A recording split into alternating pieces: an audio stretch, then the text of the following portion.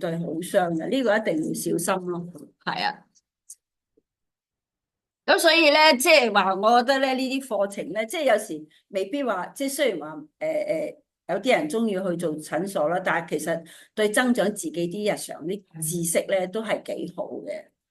加上講真啦，唔使出咩費用，不過有啲同學就覺得哇好辛苦啊，要考試啊咁其實冇嘢嘅，你因為我哋平時都唔可以用腦啊嘛，咁你一用個個有時要背下書啊，咁啊覺得哇好驚好大精神壓力啊咁啊，唔係你用慣咗你就 OK 嘅啦，係啊，所以佢呢個幾好㗎，你即係嗱，譬如嗱，我哋都好強調㗎，春夏就養陽。即係你春天、夏天咧，你就唔好飲咁多凍嘢，你就保住啲陽氣。秋天、冬天咧就出汗少咧，就容易個入邊會熱咧，就食一啲潤肺啊嗰啲嚇。所以你到秋天嗱，我哋春天咧一般咧就食啲綠色嘅嘢啦嚇，菜啊嗰啲。夏天咧，你睇下街市咧就係啲薑啊、辣椒啊、西瓜啊、荔枝啊嗰啲都係紅色嘅嚇，番茄啊。豆類啊、去濕啊嗰啲，你咧所以就食去濕嘅，食少少薑。所以我哋上堂，我哋成日好中意教啲同學，尤其你係凍天怕凍嘅人咧，你就夏天最熱嘅時候，夏至嗰時候食羊肉，咁你冬天就唔怕凍，係啦。人哋以前成日講夏至狗冇掟走，不過我哋而家喺香港就唔會食狗肉嘅，但係就食羊肉咯，因為羊肉咧入心係補陽氣。但係如果夏天羊係多數係急凍嘅喎，冇新鮮。唔使食新鮮嘅，你食肉，我哋而家豬肉都係食急凍嘅啫，雞都係食急凍啦，冇乜問題嘅。營養唔會，你唔好買嗰啲雪到人哋叫僵屍肉就得㗎啦。係啊，係啊。即係唔係嘅，你身體嗰啲係始終咧，你係需要好好去保養嘅嚇。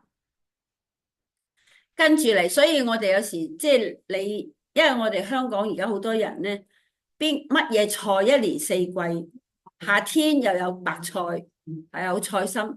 有啲人一年四季都食菜心，其實夏天大家都即係我相信你哋如果即係食得多菜心，你知夏天啲菜心就唔係太好食嘅，因為佢唔係當造啊嘛嚇。夏天咧就食啲瓜啊豆啊幫去濕。好啦，到遲啲秋天啦，乾燥濕度好低嘅時候，你又唔好走去食啲瓜類啊，唔好食啲豆啊，嗰啲係去濕嘅，你咪仲乾咯。你嗰時候要食啲蘿蔔啊、黃芽白啊、白菜啊、雪耳啊、百合啊嗰啲噶啦嘛。中醫就好強調顏色嘅，即係你咩時候，即係咩季節？係啦，冬天咧就食啲深色嘅，係啊，食啲木耳啊、黑豆啊、冬菇嗰啲得嘅，係啦，係啊，冬菇都係深色噶嘛嚇，因為咧你冬天嘅時候你食啲去濕嘅嘢就唔啱，你夜晚咪成日起身屙尿咯，係嘛？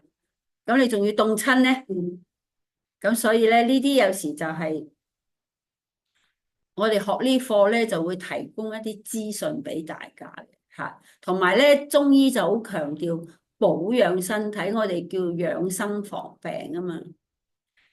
因為而家咧喺香港好多人啲肺都好弱，所以好多人咧感冒咗之後咧係咳係唔好嘅，咳唔停嘅，係啊。即係間歇性咧，即係突然間咧，佢有啲人就突然間個喉嚨好痕好痕，咁就咳。嗰啲咧，我哋叫刺激性咳嗽咯。我哋叫刺激性，係啊，咳嗽。佢突然間個喉嚨好痕，痕到你咧唔想死嘅。嗰啲叫刺激性咳嗽。係啊，入唔入到啊？而家突然間有另一線斷咗啊？誒你有冇 WiFi 啊？有冇關係？佢本身就有嘅，我嗰個就今日就 short 咗，今日就冇。佢嗰個先用緊㗎。頭先我都睇緊㗎，但係而家突然間嚟咗線。係咩？你試下再入下。而家就再入緊，但係都再撈緊啦，撈緊先。佢呢度嗰個 WiFi 好慢。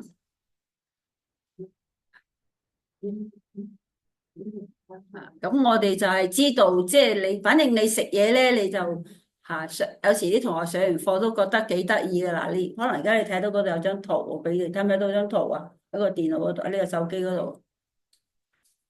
你個手機睇唔睇到張圖啊？睇唔到咩？啊？冇啊！我呢度係我哋出咗個圖俾大家嘅喎，出咗個圖俾大家。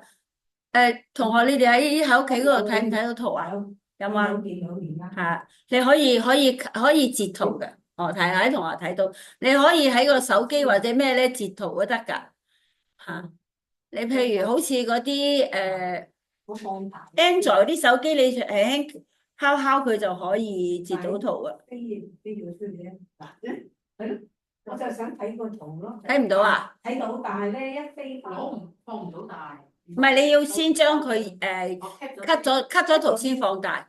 係咯，cut 咗個圖。cut 咗圖先放大。cut 咗佢先。係啊。所以你又呢度咧，佢好得意嘅。你睇下我哋有解釋人同五行嗰啲關係啊。先，我 cut 咗佢。cut 咗啲圖先咯嚇，對應翻器官啊。譬如嗱，你譬如肝火盛咁啊，個個知道隻眼紅啦，係嘛？心火盛就係條脷痛嚇。個肺弱咧就係個鼻成日都鼻哥痕、打乞嗤、流鼻水。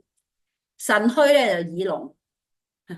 所以老咗咧，我哋成日都係講啊，最殘酷，眼又蒙，耳又聾，牙又鬆，骨又痛。